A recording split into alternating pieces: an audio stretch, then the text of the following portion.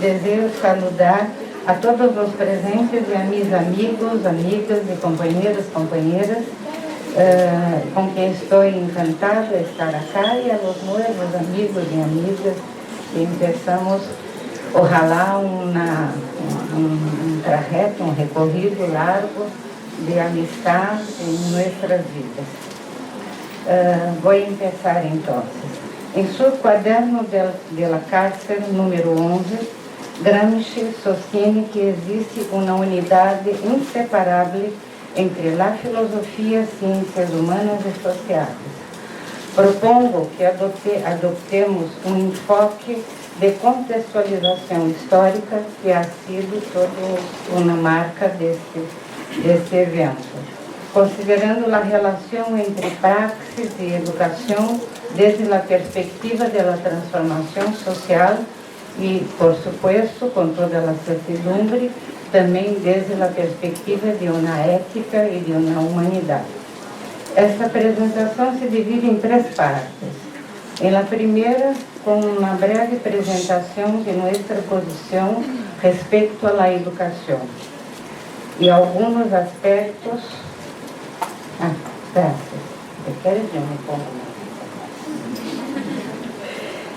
E alguns aspectos respeito a esta relação. Uma segunda parte apresento algumas discussões sobre a praxis, a educação e a vida cotidiana. E, por último, algumas reflexões sobre como pensar estas relações. Empecemos. Que perspectiva, então, de educação estamos falando acá? Eu creio que deve basar-se em la filosofia e epistemologia de Paulo Freire. Isto significa, por lo menos em minha mirada, 3 coisas. Entender a educação como possibilidade de superação da opressão, como explicitação da cultura e como compromisso coletivo. Isto reúne todo o potencial da transformação em la vida cotidiana. Estou falando em la vida cotidiana das pessoas em las comunidades. Quais são as categorias essenciais e os conceitos? Eu creio que, como já se falou muito todos esses dias acá, são os conceitos que têm a ver com qual é a mirada e qual é nossa concepção e nossa compreensão respeito à sociedade, ao ser humano, à cultura e à educação. E por isso está diretamente conectado com a praxis comunitária e educativa. Por lo tanto, que ações sociais e como se deve construir a vida cotidiana em lo mais pequeno de nosso dia, em las relações com as outras pessoas. E claro que basado em um projeto político e utópico de transformação. A direita também tem seus projetos. Estamos falando acá uma coisa muito específica e muito clara e muito explícita. Como devemos, ou como propongo que se compreenda o trabalho comunitário dentro desta perspectiva? A mim me parece que temos que considerar 4 eixos fundamentais do ponto de vista epistemológico. Um é o que estamos denominando de la perspectiva latino-americana, que seria compreender sua história social e econômica, pero uma história de explotação, de colonização, de opressão, e que tem generado formas inumanas para a população. Não se habla disso, se habla muito pouco. A segunda coisa é a perspectiva contra-hegemônica que emerge e que se manifesta em reação a isto, e que vai contribuir, e que se manifesta em significativos movimentos sociais, movimentos comunitários, na defesa dos direitos fundamentais, de uma vida mais digna e mais justa, e que muitas vezes é uma vida que se põe invisibilizada. E os trabalhos comunitários, eu creio que podem visibilizar isto e poner isto de explícito. A terceira coisa é pensar em las formas de resistência, todas, e as formas de liberação que surgem da vida concreta e que permitem identificar os paradigmas epistemológicos que han sido sistematizados por alguns intelectuais orgânicos que se identificam com a vida concreta de seus pueblos.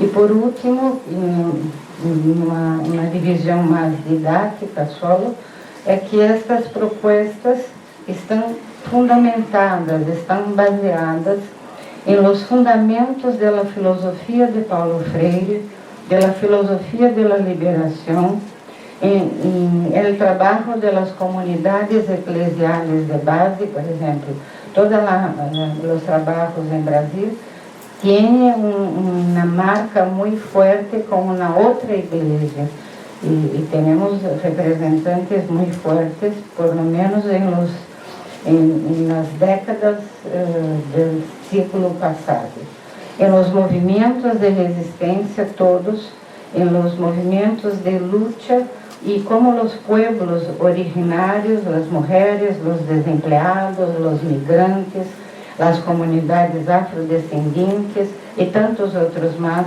que não estão incluso nombrados e nem nombrados por nós outros mesmos. Então, me parece que se começamos ou desejamos fazer um trabalho comunitário, há que ter estes 4 pontos sempre como uma coisa muito forte e quase como uma necessidade, e que me parece que se acerca um pouco de toda esta reflexão e este planteamento, por exemplo, como Domingos lo planteou ahorita para todos nós outros, e já ayer também, respeito a uma cosmovisão. Devemos, então, nos recordar de quais são os princípios que nossa história e nossa ancestralidade nos tem deixado como legado. E isto seria o que, por exemplo, Martim Baró chamou de la recuperação histórica, ou o que Paulo Freire, em parte, chamou como entender a cultura de cada pueblo e de cada comunidade.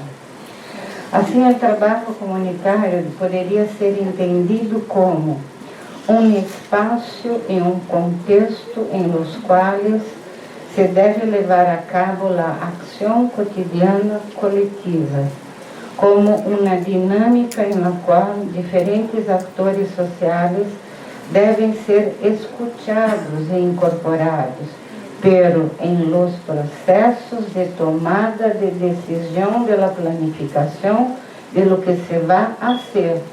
Escuchar seus dolores, todos os trabalhos de alguma maneira les escutam, pero escuchar o que pensam fazer e como fazer, isso é uma outra mirada que os trabalhos da educação popular, os trabalhos da psicologia da liberação e tantos outros dos pueblos originários, maias e tantos outros sabem fazer muito bem.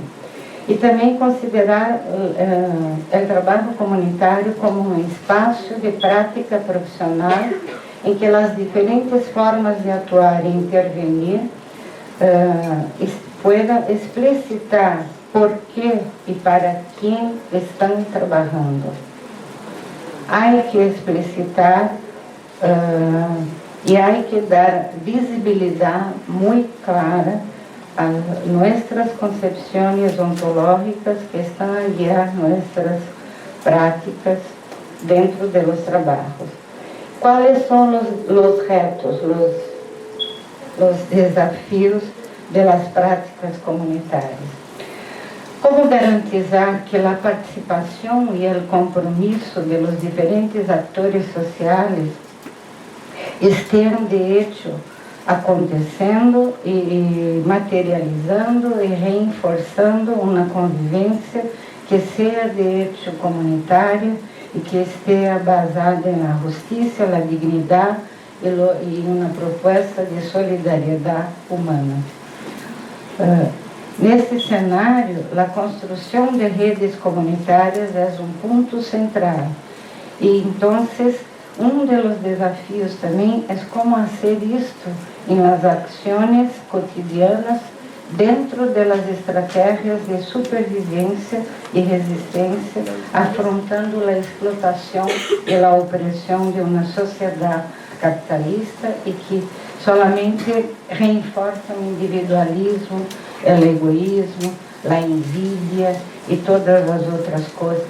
Uma cultura del, como se diz, descarte, que os mais viejos, que os que são discapacitados, que os que não ocupam os cupos, as praças de status superior não merecem ser mirados, os invisíveis, as pessoas que fazem a limpeza e tantos outros mais.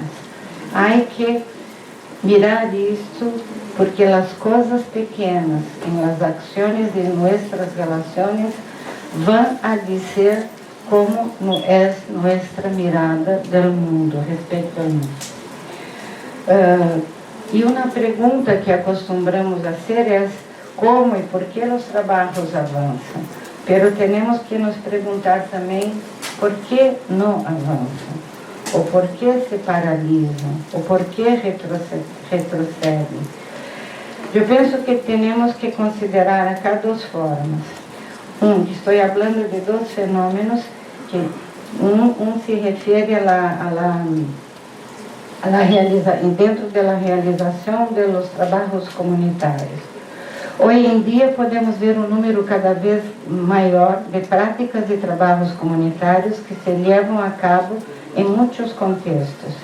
Isto poderia dar-nos a falsa impressão de que a população e seus problemas estão sendo resolvidos ou atendidos ou de alguma maneira acercados por as práticas. Infelizmente, não é assim. O que hemos visto é uma expansão da informação. Os produtos tecnológicos garantizam isto sobre as pessoas, sobre seus problemas, suas vidas e sobre seu entorno. Isto poderia nos dar, então, a intenção de que todos estão tendo voz, que todos estão sendo atendidos ou contemplados em suas necessidades ou algo similar. E assim é, de alguma maneira, não se pode negar isso. Sin embargo, a pergunta que devemos fazer não é que tipo de prática comunitária se está levando a cabo e como serão definido e decidido esta prática em el contexto das relações. A quem serve esta prática? Então, poderíamos dizer que vem uma pergunta que é como se há planificado, implementado e executado os trabalhos e como se garantiza aquilo que, por exemplo, Paulo Freire diz respeito a uma relação dialógica. Não basta solamente plantear as pessoas para uma discussão. A maneira como isso é feito, a maneira como isso é desenvolvido e como se passa, eu creio que temos todos os exemplos que domingo ahorita já nos brindou de uma maneira muito sensível. Ou como garantizar que o conhecimento popular tenha o mesmo status dos outros conhecimentos, em especial dos conhecimentos acadêmicos ou das propostas do governo, como diz Fausto Borda. Outro segundo fenômeno, outro ponto que me parece que devemos pensar é entender que a forma que se estabelece uma relação entre a participação e a conscientização dentro dos trabalhos não significa necessariamente que haja uma transformação. Ou seja, não é porque as pessoas estão a participar, por exemplo, de assembleias, de reuniões, que estão a discutir seus problemas, suas situações, que isso vai garantizar em la direção de uma transformação social. Claro é que isso é muito importante por conta de um processo em termos de uma formação política. Então, devemos perguntar o que seria importante para as pessoas que estão dentro da proposta, ou de um processo, de um projeto de trabalhos comunitários ou de práticas comunitárias. Eu penso que temos que pensar em as dinâmicas comunitárias desde adentro até fora, então, entre todos os atores sociais, este é um ponto. Isso significa como que o projeto se situa em sua vida. Não somente o contexto do projeto, mas talvez agora pedindo prestado a Alfredo Nateras de Alet, é como se fosse o significado sitiado do projeto para estas pessoas. Por que estas pessoas? Porque quando se obtém os ganhos, é muito possível que se barra o involucramento. Isso é um reto todo o tempo para nós outros que trabalhamos em las práticas comunitárias. Eu falei de duas coisas. Uma dessas das dinâmicas que todo o tempo discutimos, reflexionamos. A outra, que também hacemos, pero eu queria poner um ênfase maior acá, que é o que denominei de aprendizagem participativa, que seria como aprendemos juntos, junto com outras pessoas, com outros sociais. E significa como aprendemos a não ser tão egoístas, com tanta envidia, com tanta individualidade. Isso se vai passar em todos os espaços, em todos os planos de nossa vida, e em los espaços de los trabalhos comunitários vai estar também muito presente. Isto, então, pode talvez nos ajudar a compreender lo quão sensível e lo quão suscetível os processos de conscientização e participação estão presentes e que podem explicar por que avançam e por que recuam. Há inúmeros casos de pessoas com uma enorme participação política dentro dos movimentos sociais, dentro dos trabalhos comunitários, e que de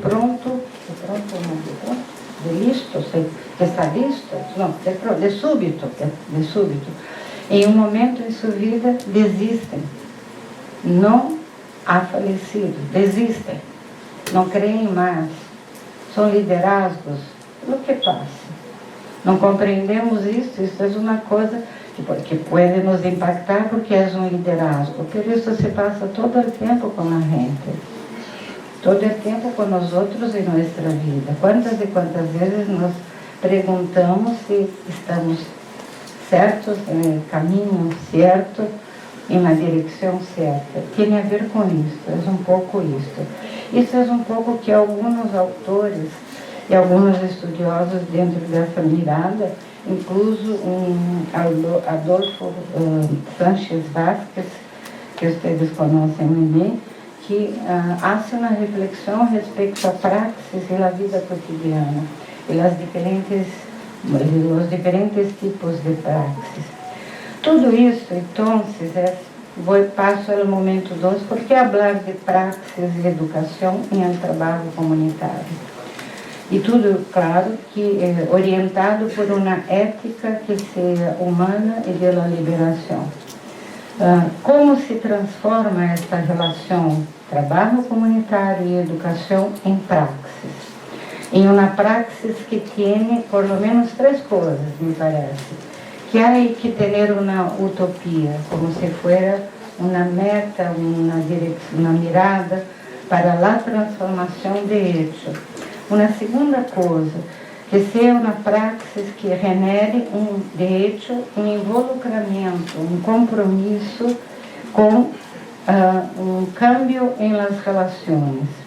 E uma praxis que tenha o que eu não encontrei outra palavra melhor, então já pus esta. Vamos sacar e pôr outra. uma praxis que tenha um contenido dentro da vida cotidiana. E eu talvez seja um contenido de justiça, de humanidade, de ética. E, então, isto tem a ver com praxis, por lo menos. Eu queria chamar a atenção agora para uma miscelânea de utilização do término de praxis, ou seja, toda a gente hoje, para estar politicamente correta, emplea o término praxis em sua narrativa, em seu discurso. Eu, às vezes, me quedo impactada mirando alguns colegas que há 15 anos, 20 anos, jamais iam aceitar que a eles dissesse, mira a sua praxis e que incorpora, mas hoje não há. Então, esses conceitos como opressor oprimido, realidade entendida como processo dialético, praxis, educação liberadora e emancipadora, natureza política da educação, educação bancária versus educação crítica, compromisso social, transformação social, empoderamento, resistência, resiliência, são exemplos desta ampla difusão e miscelânea que me parece que temos que reflexionar um pouquinho. Podemos ter a impressão que todos, ao emplear estes términos, estão fazendo todo o tempo a mesma coisa com o mesmo compromisso. Eu tenho dúvidas respeito a isto. Em uma tentativa de trazer algumas reflexões, eu queria trazer algumas coisas. Baseando-me em la posição de novo de Adolfo Sánchez Vázquez, em sua obra Escritos de la Política e Filosofia, ele diz: la filosofia que tem a la praxis como seu conceito central, seu ponto de apoio é o marxismo. Em la proposta de Marx, há uma inversão da dialética hegeliana e a intenção profunda dele não é contemplar, sino actuar e poner o pensamento junto com a ação sobre o mundo, a transformação da natureza e de modo correspondente a transformação por el trabalho. Isto é praxis. Em el campo da teologia da liberação, ela Corrêa diz que entende a praxis também como uma atividade social transformadora, realizada desde uma das partes ou classes em conflito, e que sua importância para a teoria se explica quando se explicam os processos históricos. E para Paulo Freire, praxis é reflexão em la ação, como uma unidade indissolúvel, como um par constitutivo e, por lo tanto, indispensável. De aí a expressão consciência mais ação, que é o mesmo que conscientização, que é um término que emerge da filosofia de Paulo Freire. Negar um dos elementos do par distorciona a praxis, transformando-la em ativismo ou subjetivismo, qualquer de los quais é uma forma errônea de captar a realidade. E agora, em uma síntese muito sencilla e humilde, poderíamos dizer que a ação sem reflexão histórica e política, assim como a reflexão sem ação social concreta, não é praxis. Praxis é muito mais que ativismo. É ação vinculada e comprometida com um projeto político de transformação social contra a explotação e a opressão. Assim, a praxis, ela deveria ajudar a constituir um processo de câmbio de ação, com uma prática pedagógica como um caminho para a transformação social em la vida cotidiana. Apresento agora muito rapidamente, já tenho mais 3 minutos, algumas reflexões. Como dizia Bertolt Brecht, Quando os tempos são oscuros, se hace necessário defender lo óbvio. Em los últimos tempos, especialmente em essa terrível experiência pandêmica, temos assistido a uma grande demanda e um aumento da importância atribuída à psicologia como profissão. Por um lado, isto é positivo, significa uma búsqueda mais grande. Sin embargo, esta relevância se tem hecho maior graças ao empeoramento das condições de vida das pessoas. Isto é lamentável, porque significa que a importância de uma profissão como nuestra se ha hecho, se está haciendo a hombros de los problemas, dolores, enfermedades, angústias, sofrimentos e tantas muertes de las que tristemente somos ou fomos testigos. Apesar dele, não podemos deixar de entender o que há detrás dessa paradoxa. Em outras palavras, quando a psicologia é extremadamente demandada como profissão para minimizar e aportar soluções a los sofrimentos das pessoas, por supuesto que isto deve cumprir-se em um primeiro momento. Seguro, há que fazer algo. Sin embargo, esta atenção urgente que han tenido e tem que prestar os profissionais da psicologia não pode ocultar a constatação de que os fatores determinantes de tais problemas siguen existindo e, portanto, siguen manteniendo as pessoas em condições injustas, deploráveis, inumanas, de opressão e de explotação. Isso significa, teremos que dar conta de que a urgência da necessidade e a gravidade da situação pode oscurecer nossa percepção de los verdadeiros determinantes dessa grave situação. Isto é, por exemplo, o que sucedeu, esse exemplo último na pandemia. Em meu país foi uma coisa que creio que toda a gente se acompanhou. Em los hospitais de los pobres não havia oxígeno, ou havia que reparti-lo minuto a minuto entre 2 ou 3 pacientes, mientras que nos hospitais de los ricos não havia restrições de oxígeno. E entre tantas outras situações de pobreza, de matança, uma matança silenciosa, uma matança subordinada, uma matança muitas vezes callada. Por isso, o compromisso com a transformação só pode realizar-se através de uma praxis, me parece, vinculada à educação crítica e histórica, presente nas relações da vida cotidiana, não se olvidando daqueles pontos de nossa história, nossa ancestralidade, de como surgiram todos aqueles pontos.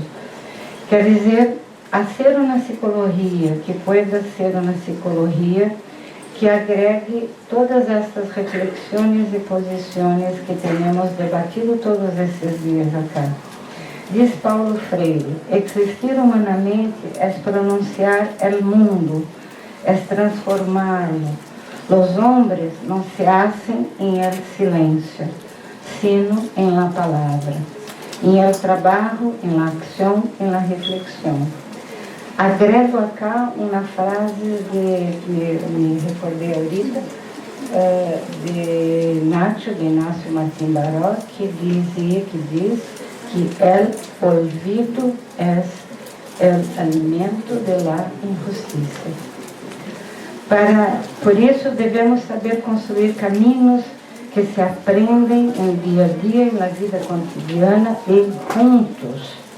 E temos que fazer uma coisa que Paulo Freire nos alerta, que é que evitemos aquilo que ele denomina de la aderência ao opressor, que significa reproduzir em nossas ações os valores da ideologia de los opressores, que muitas vezes los hacemos todo o tempo. Destruir a influência da ideologia neoliberal e colonizadora que genera um fatalismo em nossa vida, significa que as pessoas devem primeiro reconhecer-se como sujeitos de direitos e luego resistir e oponer-se a toda forma de dominação e explotação. Se nossa visão se identifica com a visão dos oprimidos e explotados, e se nosso compromisso é com a construção de outro mundo humanamente possível e justo, devemos colaborar para poner ao descoberto os interesses de opressão e controle da ideologia dominante, que se materializam nas formas sutis de humilhação e explicações fatalistas, e comprometer-nos também em denunciar. Sin embargo, há que recordar que a denúncia em si mesma não é revolucionária, não é transformadora.